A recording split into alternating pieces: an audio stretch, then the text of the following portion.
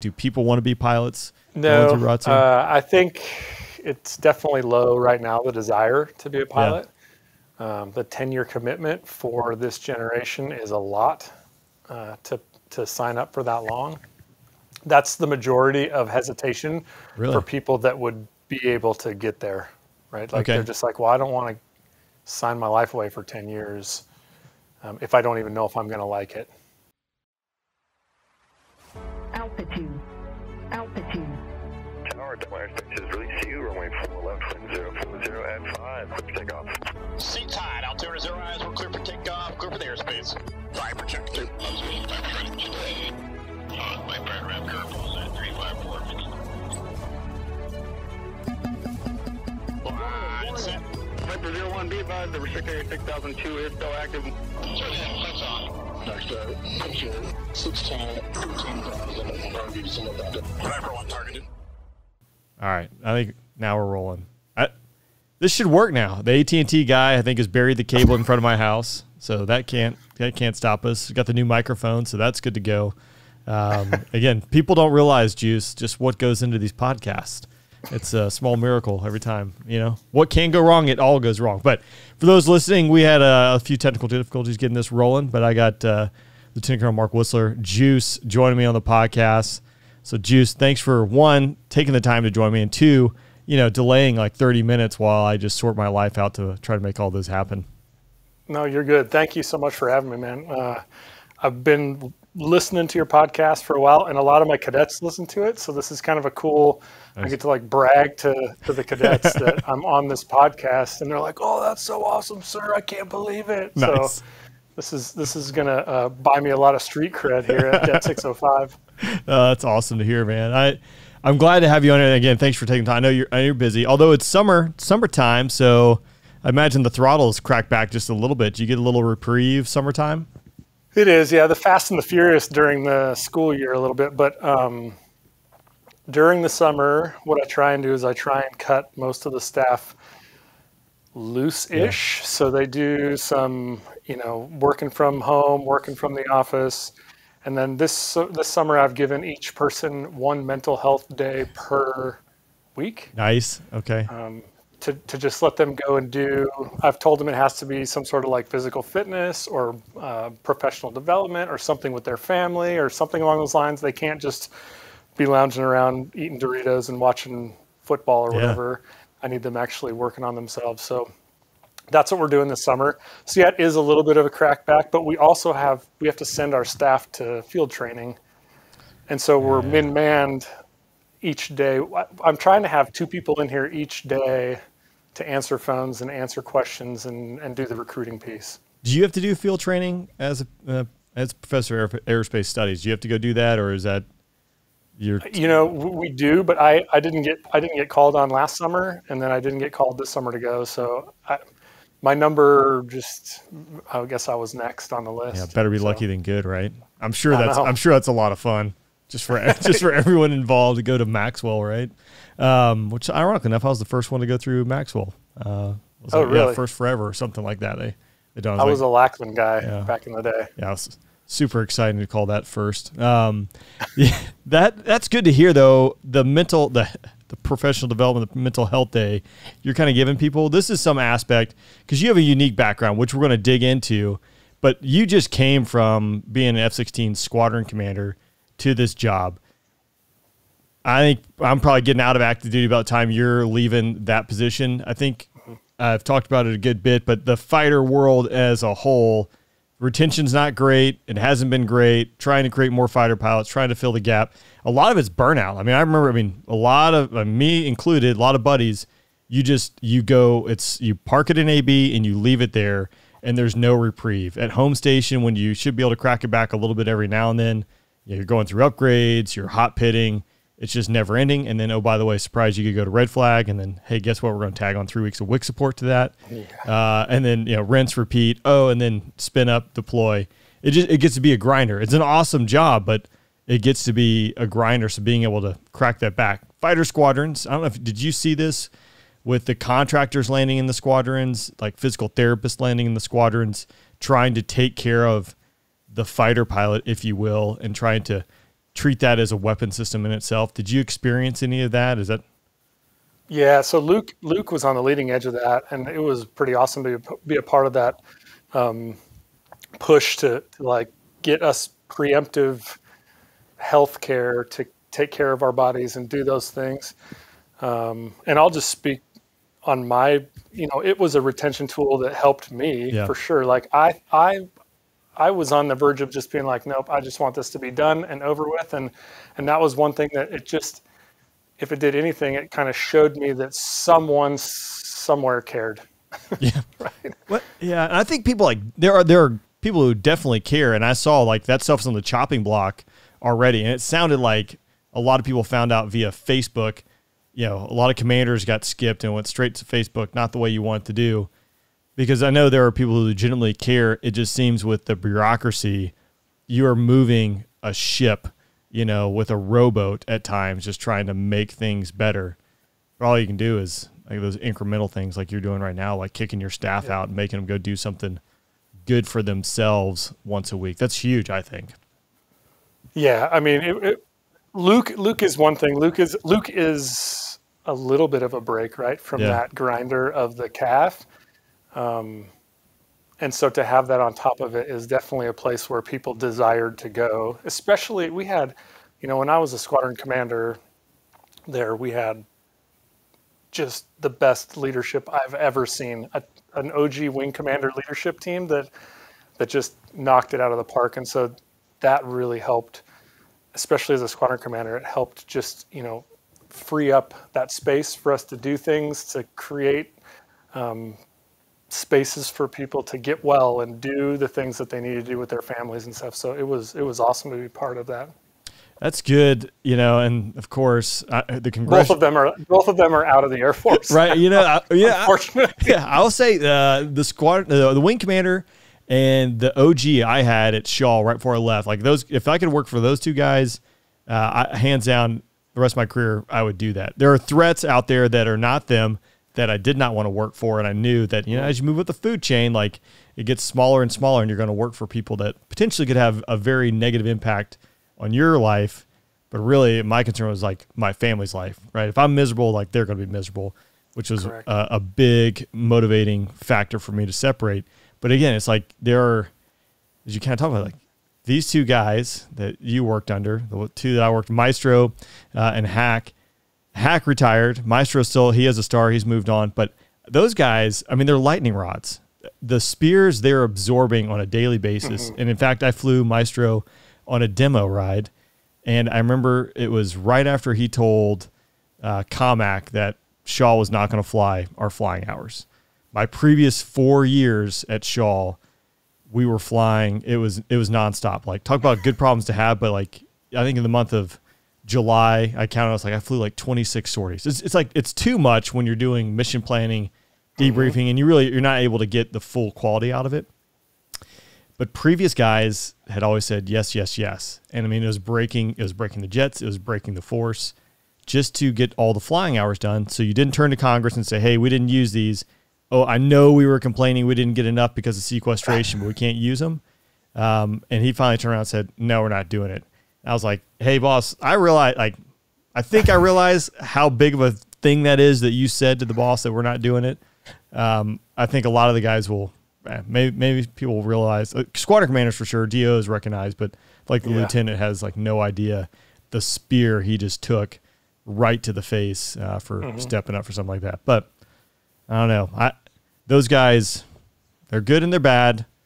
I don't personally, I don't think I want to do that job. It's just our OG took spears for the B course, trying to slash B course, but ramp up production at the same time. He was just, he would like publicly just go, no, that's not happening. Like there is no way we can cut the B course to 5 months or 6 months. There's no way to do that. So I'm curious. Yeah. What did you see? The only thing I understand about I've had stuff about UPT 2.5 on here. I'll be honest. I did an episode with Motor Riley, who I know Motor really well, and it was bad on me. I talked about a bunch of stuff. The one aspect I didn't realize is they get their wings after T6s. So part of me is like, one, why is that? I can think that, down the road, you're going to be able to cut the corner and get people, to jets faster, maybe the heavies, or they're qualifying the T6, doing IFF T6, whatever it might be. But also I'm like, skeptical of me. This is probably a numbers game. And look, we just like boosted the timeline by 6 months. And I saw a little bit at Shaw where they were talking about they wanted to cut everything missionized out of the F-16 B course. Did you see, what kind of chops did you see them wanting to do out of there? Well, yeah. So my experience in the B course is pretty limited because I spent the majority of my time, AKA all of my time at Luke, in the FMS world. And That's right. I did see that. Good job. I just sat across the table job. from the, Mother Hubbard and those folks who were just like fighting the good fight every day, trying to figure out how to, add rides back in and get the quality training for the students so that they weren't, getting to the CAF and the CAF having to absorb all of that training that they weren't able to get them in the B course. I remember, and I did a thing on Mezzer's mishap with my buddy Bender, who was the chief of OGV at the time. And, to go through that, he was sitting there when the OG said, hey, we're getting these guys from the B course that have never been to the tanker. I don't know if you remember, I remember my first night tanking ride. I remember my first tanking ride, like all the penguins on the iceberg were just trying to hang on, and it was an ice cube, and they were getting kicked off really fast. And it was a basic ride. It was going out doing like high aspect BFM, hit the tanker, but the focus was going to the tanker, and I was terrible at it. And then and then you had night into that, and it just, what are we doing here? And so those in my mind, that's cutting corners, and that's a basic skill set that while it's not incredibly difficult, like you need to do it like once or twice where this is the focus to like, hey, all right, good. Now you can put your pants on.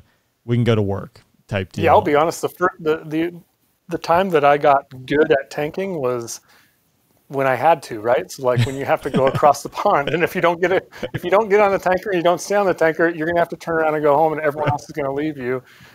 That teaches you real quick just to be an athlete and make it happen. Right. That's it. There is no plan B, right? Like be a champion and like make it happen.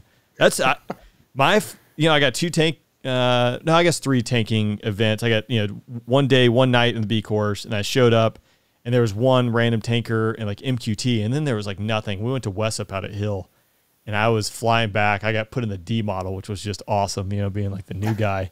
But I had, I forget, Vaughn, I think he was a flight commander. He was in my pit, but he was like, man, he's like, I don't know how to instruct you from back here. So I think that looks about right. He's never a B course instructor. And he's like, if you don't make it happen, like we're going to land and I'm going to get in the front seat. We're going home. I'm like, noted. Okay.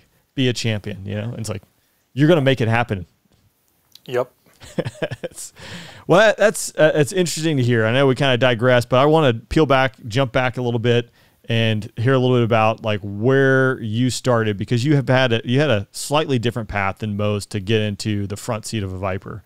Can you tell me about that? Pretty crazy path. There's my phone. I meant to turn that down. All right. He's the boss. So ROTC graduate. I went to Montana State. I grew up in Montana. I have one brother. Basically hunting and fishing all my life, and then playing sports. So sports was a huge aspect of my life. I go to college completely missing that aspect of like camaraderie and sports. And so I joined ROTC. I follow my brother into ROTC and do that. About halfway through ROTC, we get the PAS swap out, right? So the professor of aerospace studies swaps out, and I get someone who is less than optimum for the job. And to be honest, now that I look back on it, it was definitely some maturity issues on my part too. But at the time, I was like, I can't stand this. Why am I in ROTC? Why am I going in the Air Force? And so I took the path of least resistance. And I'm like, just make me anything that I do 4 years, and I'm going to get out and go back to Montana and be a teacher and a coach, and life will be good. So I graduate as a services officer. We don't even have services anymore. Force support officer. And I go to Mountain Home Air Force Base. So I go one state over from Montana, and basically it's just like an extension of Montana. Luckily, my brother, who was also in the Air Force at the time and still is, he was a Strike Eagle Wizzo, and he was also stationed at Mountain Home. And so we got to reunite there, and I got to see firsthand like the ops side of the Air Force. And as a support guy, it opened my eyes, A, to what we were supporting, and then B, it was like, that's what I want to do, right? I don't want to be a support guy for the rest of my career. And so I followed him into that side, and I applied for the active duty rated board. From there, I got picked up to be a NAV. We don't have those anymore. Old. So I was a C-130 navigator. Yeah, old. Celestial, like shooting the stars type stuff. I was a C-130 slick navigator at Pope Air Force Base for one assignment, and then I got picked up to go to pilot training from there. Oh, nice. So in order to go to pilot training at that point in my life, I needed a waiver from the Vice Chief of Staff because I had been in for more than 5 years, total active commission time. I don't know. It was, all stars aligned, and I got that waiver approved and went to pilot training. From there, I went to the Viper, and the rest is kind of history. I did OSAN Hill for a really long time, and then I went to school, and then I was for sure out of school. They're going to pull me to some staff because I'd never been to staff or anything, and I got pulled directly back to the Viper to be a DO and a commander out at Luke. Yeah, better be lucky than good. That's kind of like the name of the game. Luck and timing. It's just crazy because my brother, who's also an F-16 guy, way better officer than me, better leader. He's done all the things in combat, like all the stuff in the Viper that I haven't had a chance to do, and didn't get to go to school, didn't get picked up to be a DO right away, didn't get picked up to be a commander. It only came like after everyone had written him off, and he was staff, ATC staff A3, so he was like doing Stanival stuff for ATC, flying with all the different ATC units. He comes back to Luke as a sunset assignment and gets picked up as a DO and then gets picked up as a commander, and he's currently a sitting squadron commander at Luke. And he's 3 years older than me. That's the thing, though. It's right place, right time, right qualifications. That's how a lot of this stuff happens. Yeah. I mean, there's always anomalies, but I think that it's right timing. Like that is a big factor of it. And honestly, for me, that was actually a scary part. And one of the things when they were going around 2014 doing this fighter pilot like retention roadshow, I don't know if you were a part of that or not. But one of the aspects, I knew the 2-star personally, I guess it was like 2015, or no, it was later than that. And he asked like, hey, what are your thoughts about staying in? They gave this briefing. And unfortunately, we had a lieutenant colonel in our squadron at Shaw who showed up. He'd been out of the Viper for a little bit. They put him back. They put him through the FLUG, and they're going to put him in the IPUG. But then they have a random 365 that's been vacant for 18 months. So they send him to Kabul. He works for the Army. So, there's this whole all right, 18, it's a 12-month deployment, but, he's got like 3 months of spin-up training beforehand. The training doesn't necessarily align, so it really eats up like 5 months on the front end. And then on the back end, he's got R&R. And then they spend all this time figuring out if they're going to requal him at Shaw or if they're going to send him to a schoolhouse to requal him. Well, that takes like 3 months to, hey, we'll do an in-house requal at Shaw. And the wing commander's like, nope, we don't have enough hours for it. So this dude, he rides the last 3 years of his career out as like the ops soup, just sitting at the desk. That was his one like primary like flying related duty. And I was like, you know what? Like the bad deal train the good deal train and the bad deal train, like there are two trains. And if you get on the good deal train, like life's usually great. But if the bad deal train shows up and you're the only one who can get on it, like, guess what? You have to go. Like, you could be a great dude, and it's going to be really painful for the rest of your time. Yeah, and I think the Air Force is actually starting to realize that people other than the people on that bad train are paying attention to the bad train, right? Like they're seeing the good dudes just get hammered by the bad train, and they're like, well, I don't want that. And they jump ship and go. Yeah. Cause this guy was not a bad dude. He was a commander select of AETC and ACC, like good dude, just again, wrong place, wrong time. Like he showed up and he was like the last one to show up for whatever, maybe he was finishing up his previous job, finishing up school, yada, yada, yada. And he is just tailing Charlie. And it's like, well, we need an 05 and you're our least qualified F-16 05 at the time. So congratulations, you're going to Afghanistan. It's like, man. So that to me, and that was my reason. I was like, hey, look, you could be a really good dude and the stars don't align for you. And it could be really painful. Like at that point, you're on the bonus, like you're going to get to 20 and it's done. Although now this is something you might know more about this. The fact that the 20 is gone, right? Like the amount of young dudes in the squadron, when I was there, they all enrolled in the blended retirement retirement. They had the option, they enrolled, but now everyone coming in is in the blended retirement system. So that 20-year carrot's no longer there. Well, it is a little bit. So if you get to 20, you still get a percentage. Do you? Okay. It's just not as high. It's 40%, if I'm not mistaken. So they dropped it by 10%, but you have the ability to match now the whole time you're in. Well, the whole time minus the first 2 years. So you have to serve for 2 years and then they start matching after that. So Gotcha. yeah, I've learned more about the blended retirement system in this job than I ever wanted to know. I'm curious because again, that's something, one, it wasn't a factor for me. Like I was going to hang out and be the 20 year, like that's doing the reserves. Like the 20 years is the only thing that matters to me. Yep. But I know there were a lot of young dudes because I didn't think about getting out until about 2 years prior. Like I didn't have my ATP or anything like that. And long story of why that showed up, but there was a person who showed up who was on the game plan that was really difficult to work with. That we knew he was going to be a superstar and not the guy you wanted to work for. But the amount of like young dudes in the squadron who like first assignment that already were like working on their airline app or like, queuing everything up and their hours, I was like, oh, that's kind of surprising. Same, they already switched to a blended retirement system, which told me that, young guys, everyone is watching and they're aware. It's no longer, I think, just like, we can bank on these guys staying in. And if we treat good guys good and bad guys will, filter themselves out. I say bad guys. I mean, this is like, when we talk about who we're talking about, like bad's like, I don't know, you're in the top 5%, top 10% of whatever it is. That piece has become very clear to me about the caliber of people that are in the Air Force as I work in this job and just see kind of, because, I have no military surrounding me here. And so it's us against the world. It feels like that some days. So it makes it very difficult. that decision to like jump ship, it has not become easier in this job.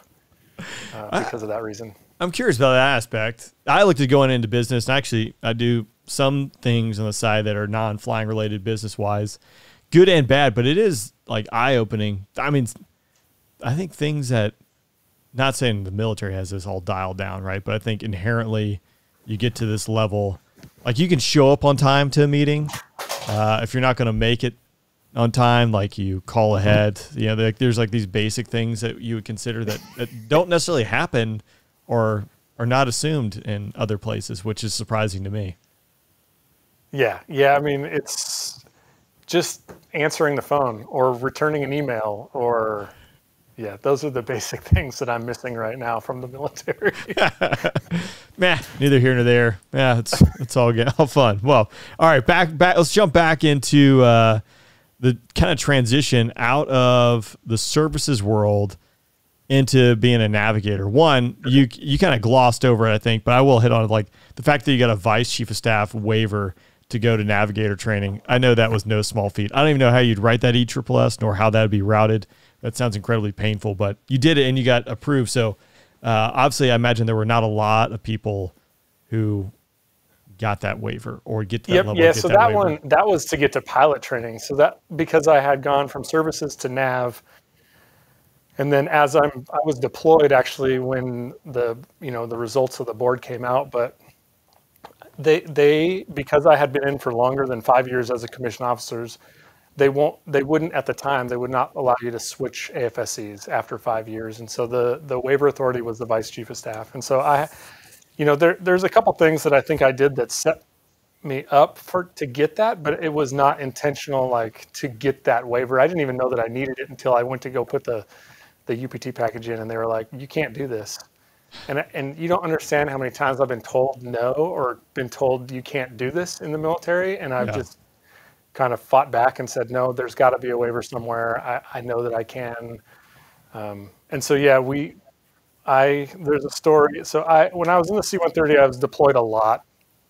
I was stationed at Pope, and I was only there for one assignment, but I think I slept in my house, my first house that I ever purchased. I think I slept in it probably like 36 to 38 days or something like that. And I was stationed there for over 2 years.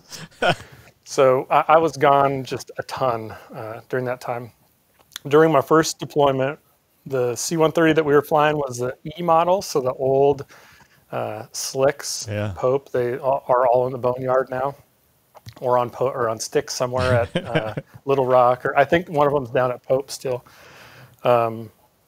We were deployed, and we had started trying to use this new, like, lack of a better word, like Link 16 for some bombers were on there, and then cargo airlift type aircraft. It was called the Combat Track 2 system, and we could, like, it was like a Merc chat almost. You could like text back and forth via your computer to different platforms that are in the AOR.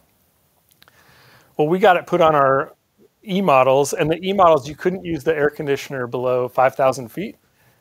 And so as we were descending through 5,000 feet, you'd have to kill all the air conditioner, and it would just, the temperature would just skyrocket in there. And then we're like, offloading cargo and onloading passengers in Iraq, and it was like 120 degrees, and everything is overheating. We're having to like shut everything down. Ugh.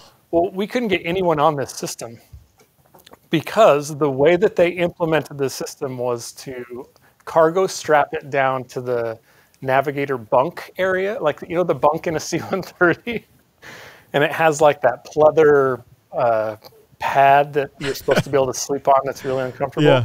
They just strapped the thing down to that, and they're like, yeah, that should be good. It's not going to go anywhere. And I'm like, yeah, it's never going to work. And it would not. You could never get that thing logged in because it was overheated the moment you stepped to the airplane, and it never would cool off enough to get logged in. And so in my off days, we flew probably every other day of that deployment. But in my off days, I was, besides working out, going to the gym tan laundry style, I walked around and I found like scraps of wood, and I took it to the wood shop on base, which we had a wood shop on base. We were at Al Yasalim in Kuwait. Wow. And I built a box, if you will, out of the plywood that would allow to like rack these things separately and provide some sort of air to circulate around them. I took it to the OG and I was like, hey, can I take this on a C-130 and see if it works? And he's like, sure. So I take it in, put it all in there. Lo and behold, we get logged in the very first sortie we use it. We're able to log in and it stays logged in the whole time. And so I come back and report it to the OG, and he's like, I'm going to have CE build one of these for every single C-130 in the AOR. And awesome. So for months, I went home, and for months, actually it probably was years later, I was still getting text messages and pictures from the AOR of the box, like sitting in the C-130. They never came up with a better solution than a plywood box to put the Combat Track 2 in. That's amazing. So that right there got you. Is what I say got me the Vice Chief of Staff waiver. That's awesome. The parallel story I have to that, because you probably used this at some point. I did MC-12s in Afghanistan, and then I deployed Operation Inherent Resolve before it was even named. And the 13th, the guys out of Massawa, like they kind of kicked off combat operations there, but they were doing training. And then ISIS kicked it off. So the ATOs start flowing. And for those who don't know, like the ATO, it's hundreds of pages. And there's a spaghetti chart of Excel numbers and things with all this data you need from, IFF codes to tanker tracks, tanker time, everything you need to go do a mission. And they were hand jamming all this stuff in. It was taking, to make one data card for one sortie, it was taking like 2 hours. Like per data card to like pull all this information. Undoubtedly stuff was gonna be transposed incorrectly. So I was like, you know what? Like I remember in the MC-12 we were using something. And so like I reached back, it was actually an Alabama Guard guy now. He had this Excel doc that would extrapolate everything from the ATO, just a couple little tweaks. So like I get it. I'm like, hey, it's pretty exciting. I'm like, I have no idea how to make this work. It's all macros and stuff. We had one guy in our squadron, Chuck.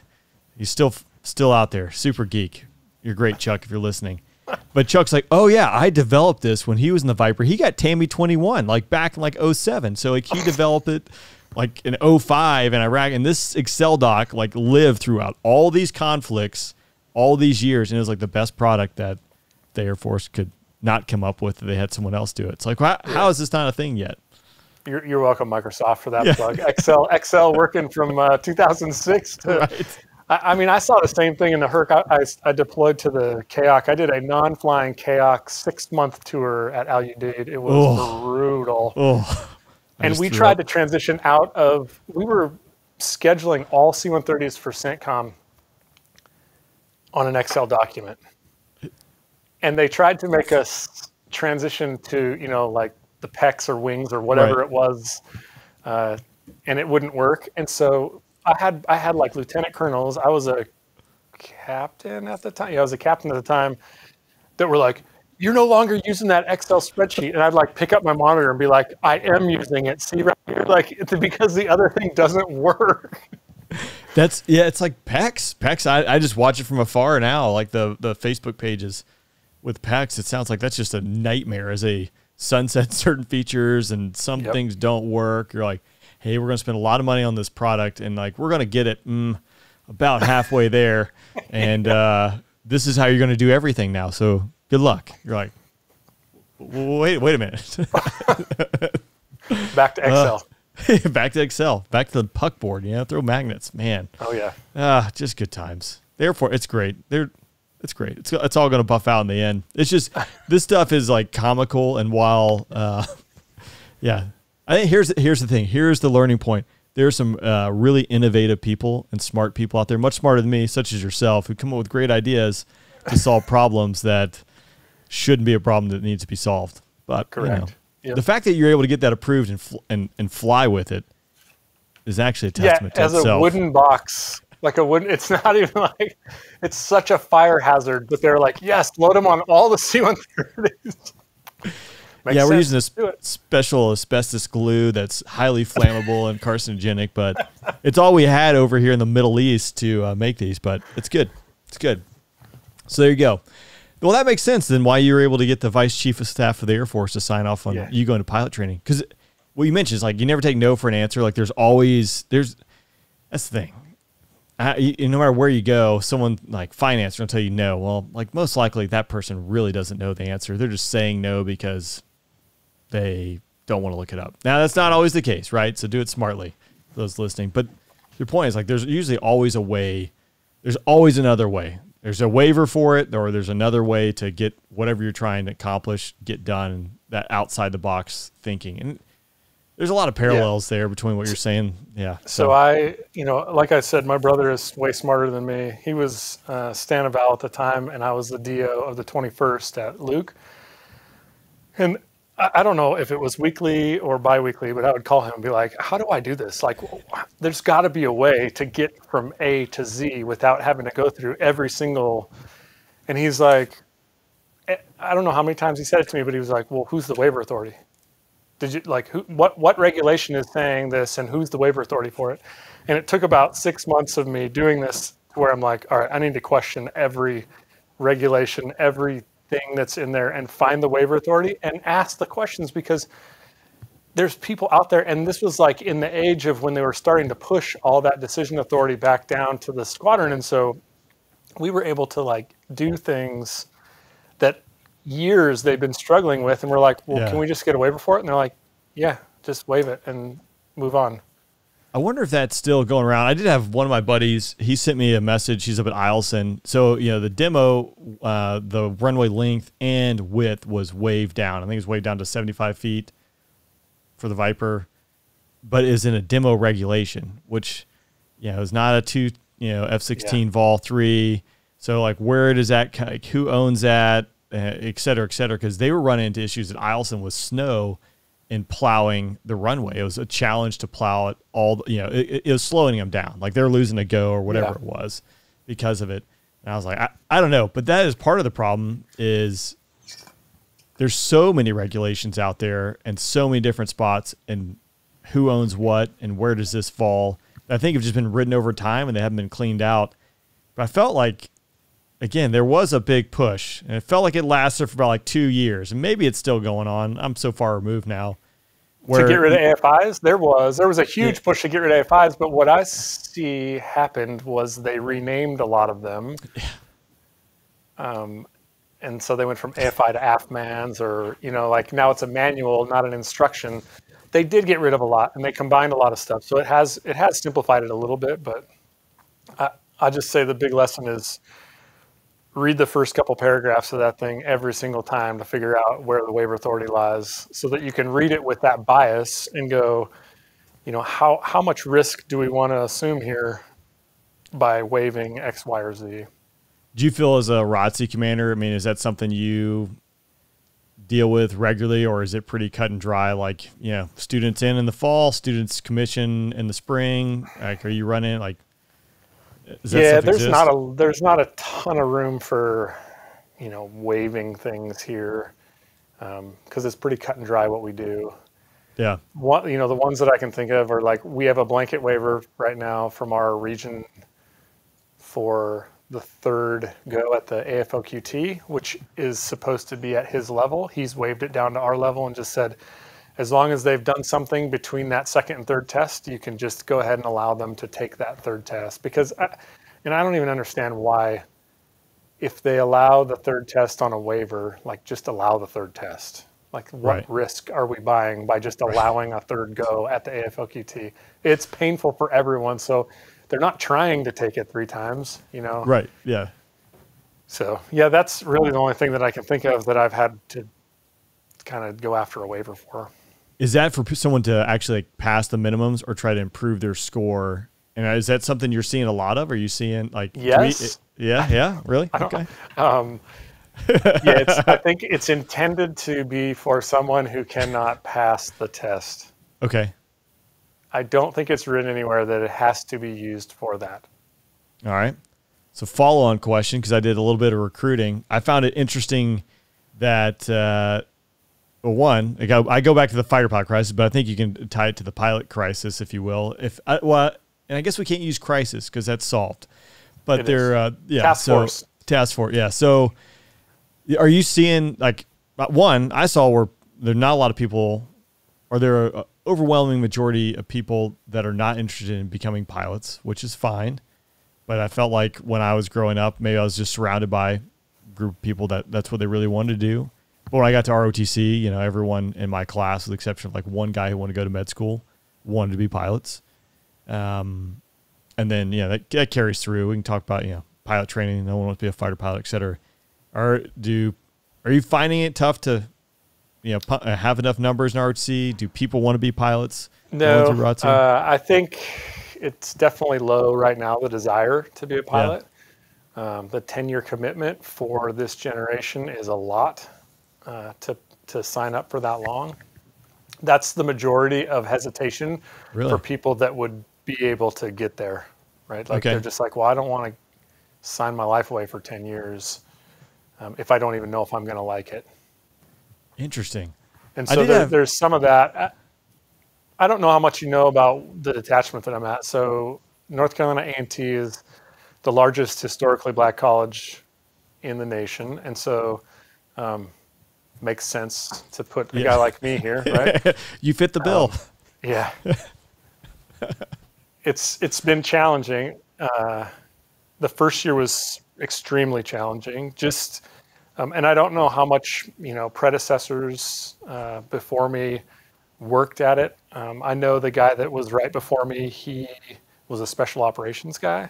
So he was a no-nonsense type, and if you didn't know, then you didn't need to know type thing. He just, he was cut and dry, very about just doing the job here and getting the cadets through and commissioning them. And he did good at cutting some of the fat that I think was being allowed to get through before that.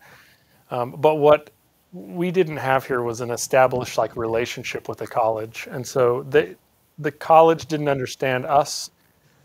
And I showed up in the middle of A, the pandemic, and B, when I was traveling from Luke to here, it was in the thick of the George Floyd riots that were happening across the nation. And so, I was driving here like eyes wide, like, are they even going to want me there? Yeah.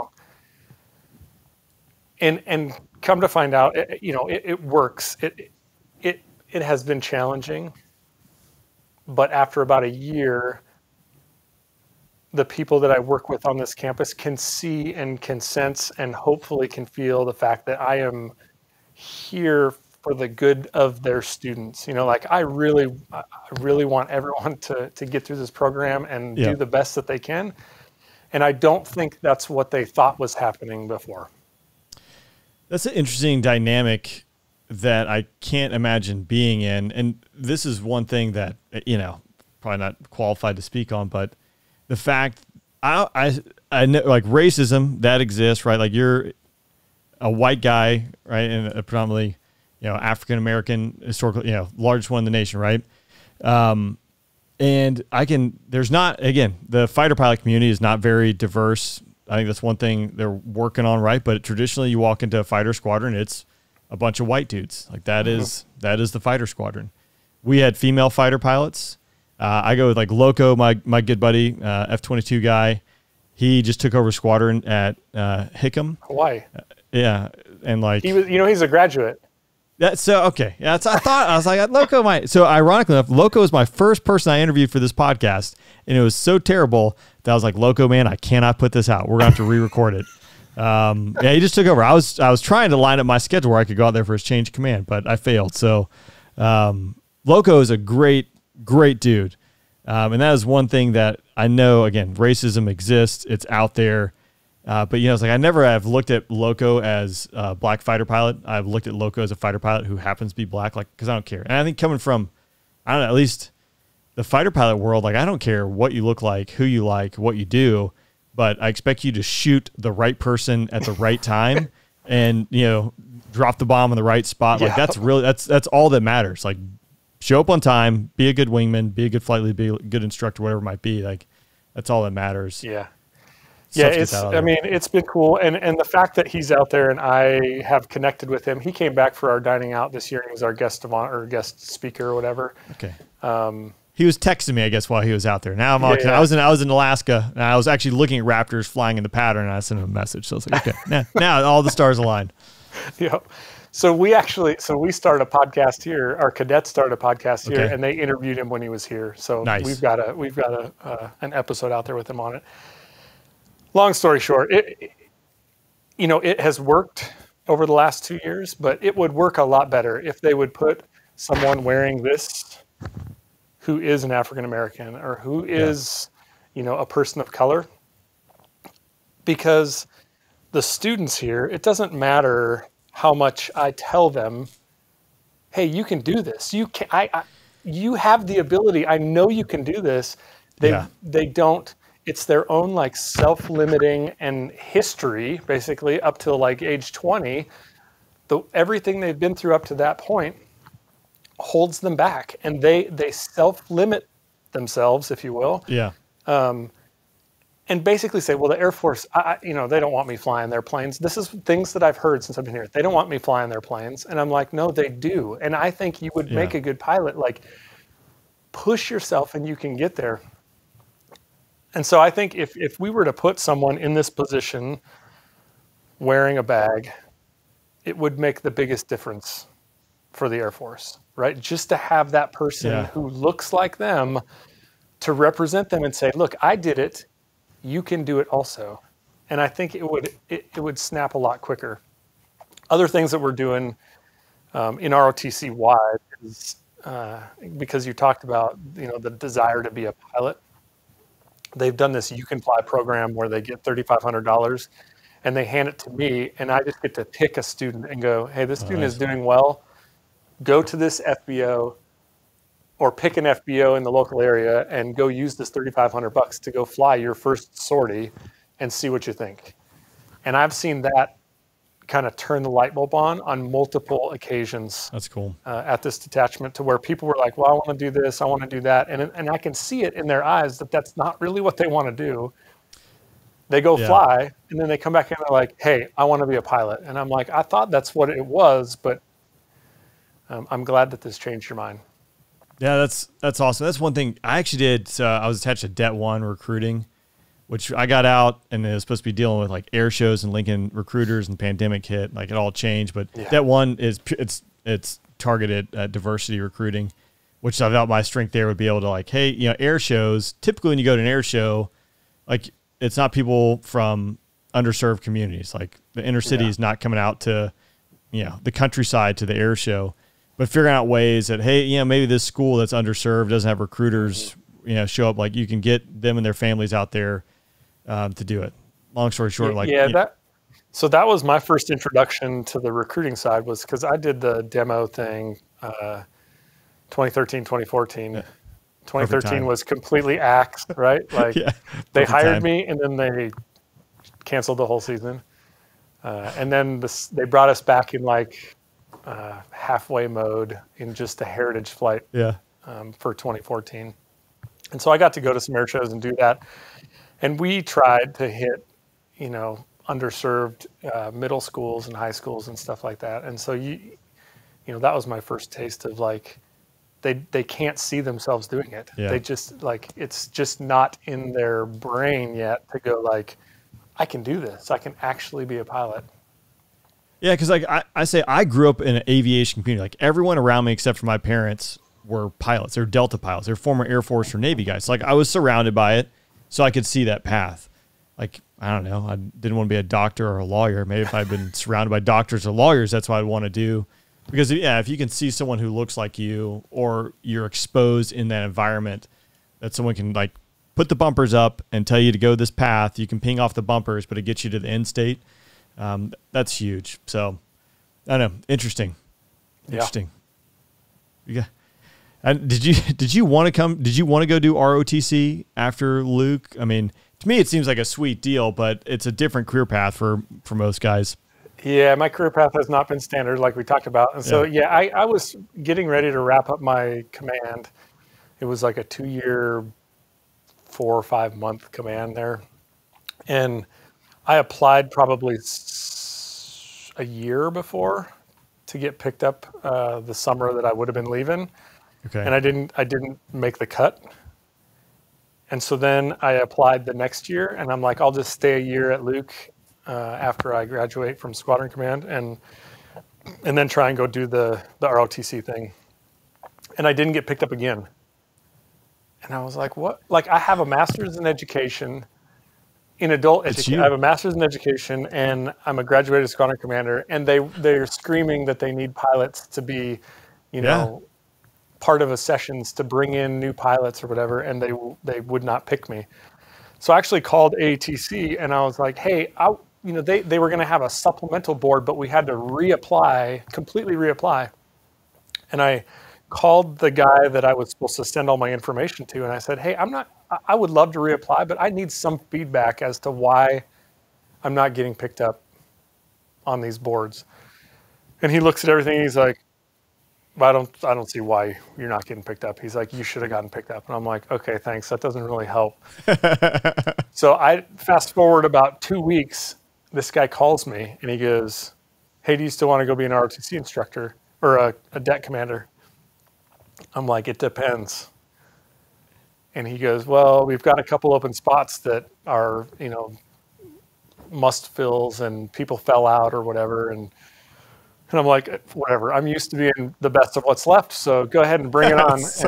And so he goes, hey, we want you to go to North Carolina A&T State University. And I was like, I don't even know. So I'm Googling it, and it says Greensboro, North Carolina. And I turned to my wife, and I'm like, didn't you grow up right next or near Greensboro? And she's from literally like 20 minutes from Greensboro.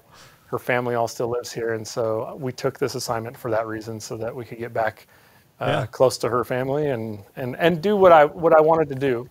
I circle all the way back to my ROTC days. I've always wanted to go back and be that first professor of aerospace studies that I had, he was a B-1 pilot, and he was just an awesome dude. Yeah. And I wanted to go back and do that. And so this was my chance to do that. And honestly, I see a ton of like impact that you can have as a PAS on the students that are just leaving this system and heading out 100%. into the Air Force. Just doing things right, little things like doing commissioning right, where we have, you know, whoever you want to commission, you can come. I don't care how long the ceremony lasts. Like, we can do this all day. If you want to have your grandfather come in here and we have to walk him down to the stage for him to raise your right hand and give you the oath, that's the way we're going to do it. And just those little things of taking care of people, I've seen start to impact the culture of the cadets here, and they're actually starting to like get it. Yeah, that's So awesome. hopefully that's the way it continues after I leave here. And who knows? You know the way of the military. You leave and you never really know what's going to happen with your squadron. But you wish it best and walk out the door. Yeah, it's good and bad. I'll be honest, Juice, the only thing I heard in that entire time was the luckiest man on earth, how he didn't become the deputy OG at Holloman or Kunsan. The fact that you're able to hang around Luke for a year after a year or so after. So it was in the middle of the crisis, right? And so they were handing out second assignment in place. That's awesome. And it was not, I don't think it was a program meant for squadron commanders, but again, the leadership that I had from the OG and wing commander, I was like, well, I'll apply for that. And I applied for a second assignment in place, and they approved it, and it went to ATC, and they're like, I don't think it's whatever, approve it. So this is the wrong guy sign. Oh, I didn't mean to sign that form, but it's signed now, so I'm here. Yeah, so Man. I had a second assignment in place. I was just going to be there for another 3 years after I graduated Squadron Command, but then this derailed that. So, yeah, the 05 just flying the line in the Viper at Luke sounds like it might be the best job in the world, but I'm sure that it was, and you know, I have no qualms with people who did it. As I got closer to graduating Squadron Command and was dealing with some of that leadership stuff, I was like, I don't think I want to be that guy. You know, that there was just part of me that was like frustrated with the way that they were gaming the system a little bit. And, you know, they wouldn't fill the schedule on these days, and I can't fly that sortie because it's too much mission planning and too much debriefing, but I can fly the sortie because I can walk in, fly it, and walk out and, you know, have a 4-hour day. Yeah. So part of me was a little bit frustrated at that. And so I jumped at the chance to be like, I don't want to do that. I want to go do something that has a little bit more impact. The fact doing the ROTC bit, one, I always thought would be really interesting, but like you said, I know the impact you're having there, it's got to be huge. It's good to, I mean, ROTC needs good officers to come back. Like that's the first, like that's where the shaping, the molding is really happening, I think. And obviously it happens once they commission and move on. But I do remember I had a really good set of cadre for like 3 years. And then my last year, a guy came in who was just like the epitome of, I was like, I don't want to be anything like this guy. Like, it's the non-example, right? Like I'm never going to do that. And that's, it was immature at the point. Like there's always a way to like kind of work with it, but I was like taking notes. And later on, like I had a lot of good bosses. I mean, there's really only one squadron commander that just wasn't a huge fan of. And the joke was like, we're just taking all these lessons learned and just throwing them in the don't ever do this file, you know? Like, as long as you're learning, it doesn't really matter, right? Right. You can learn good and bad. It's just painful. Every day is really, really painful. And I just have to keep filing away. I need to get a second filing cabinet. But no, it's good to have that. And that's, you know, for pilot training, that's another factor, I think, too, when it kind of builds on to getting people to want to be fighter pilots. Especially in the T6 world, there's just not a lot of guys who are fighter pilots flowing back. I think it's slowly trickling, but it might be a dude in a squadron now who is from a previous fighter. Yeah, on the ROTC side, I think we'll see the quality get better because they've started that OIRSD process. It's basically a competitive board for recruiting. And so you have to put your name in and it gets boarded. Now, my trust in that system after I tried 2 years in a row to get through that board and not get selected was a little shaken, but I've seen it evolve over the last couple of years, and I think we're getting better at it, and I think we're picking the right people now. I now really think about it, like, how did you not get picked? You know, and so now everyone applies. If they want to be an ROTC instructor, they apply to that, and then in theory they get filtered and matched, including to deck assignment? commanders. Really? So you have to apply to a board, and then you make a list, and then the region. So there's 4 regions, and the region commander has to hire you off that list. It's just like a hawk board or whatever. That's what I was gonna ask. Is it, if you're on the Hawk board and there's listening, like that's that's the Air Education Training Command board that meets to select who will be eligible to be squadron commanders in AETC. So obviously you were an AETC, squadron commander, but that's a separate process to this? It is, yeah. You have to be on the Hawk board also to be a nice. deck commander. Okay, yeah. Why not make them do both? Make it more painful, yeah. Because I assume that's Air. You're somewhere under Air University, right? Correct. Which is under AETC. Yeah. Yeah. Okay. Well, yeah. Everyone's got to have their little kingdoms, so you can't give those up. Yeah. That's interesting, but again, that doesn't give me a whole lot of confidence. Hopefully, like you said, maybe the system's getting a little bit better, because I would imagine you had the qualifications to be there the first time around after I thought having I did. been a sitting fighter squadron commander in AETC, but I thought maybe it was like the functional not wanting to release. yeah. But the OG went to the functional and was like, "Hey, is it because you're not saying that he's good to go?" And they're like, "No, we'll let him go." Yeah, I would figure that would stop even before, like, the functional would, like, you wouldn't even be able. I would imagine they're like one of the initial signatures to allow your package, so to speak, to go to the board. So Yeah, no, it's weird. It's after the fact. So if you make that board, they have to sign off on it. classic. Yeah. Yep. Oh well. All right, we jumped around a lot with ROTC and stuff. I want to ask a few more questions about maybe some of the nitty gritty C-130 and F-16 stuff, but the fact that, again, that you were able to jerry rig and make up your own C-130 equipment and get it approved and flown in theater is pretty awesome. But you get picked up for pilot training out of that, get the Viper first assignment, and then you go Kunsan or Hill first. I went to Osan first. I was a team. Okay, and then Hill, and then that's where I saw you did a TSP, right, to Kunsan? Yeah, I did a TSP to Kunsan. Were you there?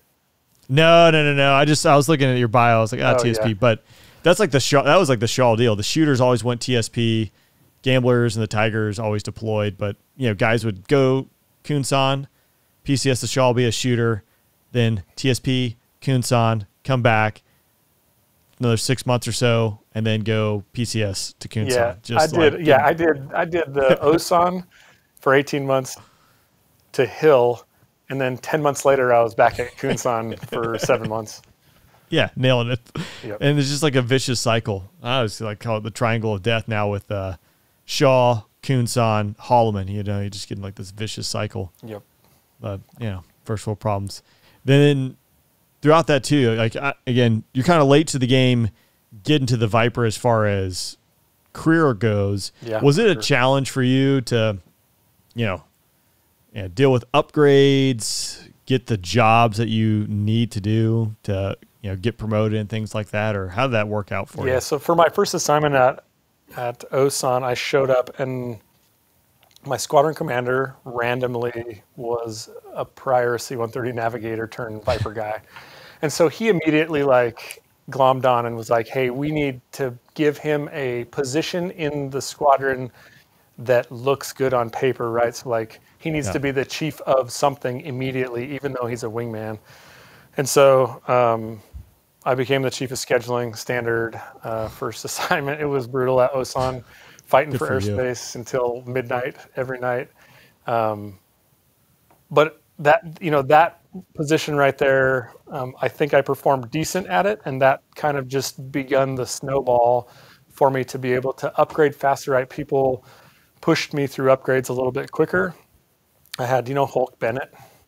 I do, yeah. Hulk, he actually took over the Gamblers right as I was separating, yeah. Yeah, so Hulk was just a line IP at the time. I think he was maybe a flight commander, but he went to WIC from Osan, and he pushed me hard, made me study all the time. I mean, he was on me to get it done, because I think he could see that I was behind in the jet, but my leadership or maturity outside as an officer was where it needed to be. And so He was pretty hard on me. Kata Arki was another one Okay. that pushed me pretty hard during that time. And so, I had mentors along the way, and they're like peers to me now. But at the time I showed up, and Hulk was an IP with 900 hours, and I was like this peon wingman that didn't know anything about the F-16, but we were the same year group basically. Yeah. So it was just an interesting dynamic, and I had kind of dealt with it through pilot training to kind of walk that fine line because I was older than my flight commander at pilot training. And so I think going through pilot training and having that relationship with the flight commander where he understood where I was a lot older than everyone else, but he still held me the same, he's held me accountable as anyone else, helped me when I got to Osan to kind of know that fine line and how to walk it. I became a flight lead at Osan. On my very last sortie was my FLUG cert. Nice. So I did my FLUG cert, Finney flight. They whatever, taped me up to the pylon and sent me on my way. Yeah, can't do that now. Can't do that anymore. Yeah. No duct tape, no water, whatever the It's regulations too say. harsh. Yeah. And then from there, I went to Hill, and it kind of just stayed the same kind of mentality. Like I was working pretty hard, but people were there taking care of me too. And so my squadron commander pushed me right when I got there, and I became an ADO. I went through the IPUG shortly after getting to Hill. Yeah. And so they pushed me really quick through there. And then I was an instructor for like 2 years. And then the demo gig kind of evolved, and I became chief of Stanival at Hill while I was doing the demo gig, working for the OG. So you're doing both because Yeah, I did so demo. and that was the thing, like, because it wasn't a full up demo, they just kept me as an instructor, as an evaluator. I was an evaluator and the demo guy, and which was cool for me. I got to do, not upgrade rides, but I could do kind of plus rides for people. Yeah. Out and back, I could have them lead the sortie out and back to wherever where we were going. I could come up with objectives to like check stuff off in their grade book to actually get stuff accomplished on our sorties to and from the air shows. So that was kind of cool. And at the time, no one was going cross country. Like no one had ever used their radar to paint thunderstorms or do any of that. And so we got to do some of that old school stuff on the way. And really the mission planning piece, I think, really helped a lot of the wingmen trying to like cold calling tanker units and be like, hey, do you have a training sortie that you can just meet us at this tanker track with this much fuel so that we can make it in one hop versus having to like 3 hop it over there. So yeah, that part was kind of cool. No, that's awesome. And then again, for those who are not catching on that time frame, sequestration. So, or coming out of sequestration, everything ground to a halt, and demo teams went away, and then like you said, came back as a heritage, or you guys? Was it shut down to that? It was just heritage flight. That. No, we completely shut down. So I was in the unit at Hill that completely shut down. We did not turn a wheel for 103 days. Or maybe it was even more than that. I think it was like 4 months that we did not even start, or we would go start the jets and run the engine and then shut it down. And we were doing BSA in the sim. Oh yeah. That's just nailing it, which I did see an article, the flying hours, they just got cut. So, it's a cycle. What can you do? It is. Yep. And from there I went to school. And then out of there, I went to Luke to be a DO and a commander. I thought for sure with my weird timeline, I hadn't been in the F-16 as long as everyone else. I thought for sure I would go to staff or do something before I would come back to the jet, but they pulled me directly back to the jet. And I think it's just a direct correlation to how many people were leaving the Air Force in my year group at that time. Shaw, I felt like I saw a lot of guys kind of similar. They would go to school and then come straight back, or they would go be a DO and Kunsaw and then straight back to Shaw. Yep. It'd be curious to see how it plays out. I know my year group, in this road show, I think they said there was like 16 of us in our year group for the Viper. And I don't know if that number is like normally like 80 or so, but they knew there wouldn't even be enough of us if we all stayed in to be squadron commanders, let alone be 06s. And then I think out of that group, like there's only 2 that are still active duty. So there's one guy I graduated pilot training with. And it's kind of interesting. I saw he took over a squadron last year, but then like my weapons officer when I was in the Gamblers, who was older, like he just took over a squadron. Again, I think a fast track guy, but it's interesting to see where the puzzle pieces align and where guys land and what's open and what's not. But yeah, best of what's left, like I said. Well, Juice, I really appreciate you taking the time to chat today. Before we split, I always like to ask everyone, if they found 15, 16, 17-year-old Juice walking the streets, is there any advice you would give him? Anything you'd say, hey, do this different, or hey, go check this out? Yeah. I mean, like we talked about earlier, I would definitely give them the advice to not take no for an answer. And the other piece is not think that they know everything, right? Because when I was that age, I thought that I knew everything and I knew exactly what I was going to do with my life. But just having like an open mind and allowing, good people to influence me in a positive manner, i.e. my brother when I was at Mountain Home, to be able to show me the ops side, I think has definitely changed my vector when it came to where I was going to end up. And so don't take no for an answer. There's always a waiver, right? And then be open-minded to changing your game plan if you think you know everything you don't. Perfect advice. Juice, thanks for joining me, man. I really appreciate talking. Thanks, man.